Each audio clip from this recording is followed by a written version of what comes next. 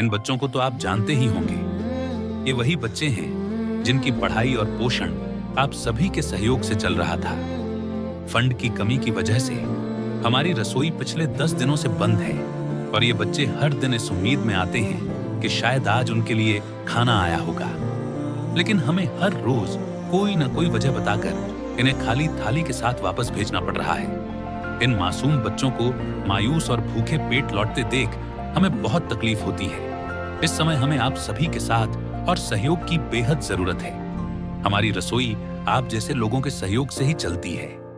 आटा, चावल, सब्जी, तेल या ट्रांसपोर्ट, आपका कोई भी छोटा सा सहयोग हमारी रसोई को फिर से शुरू कर सकता है और इन बच्चों तक हर दिन गर्म खाना पहुंचा सकता है।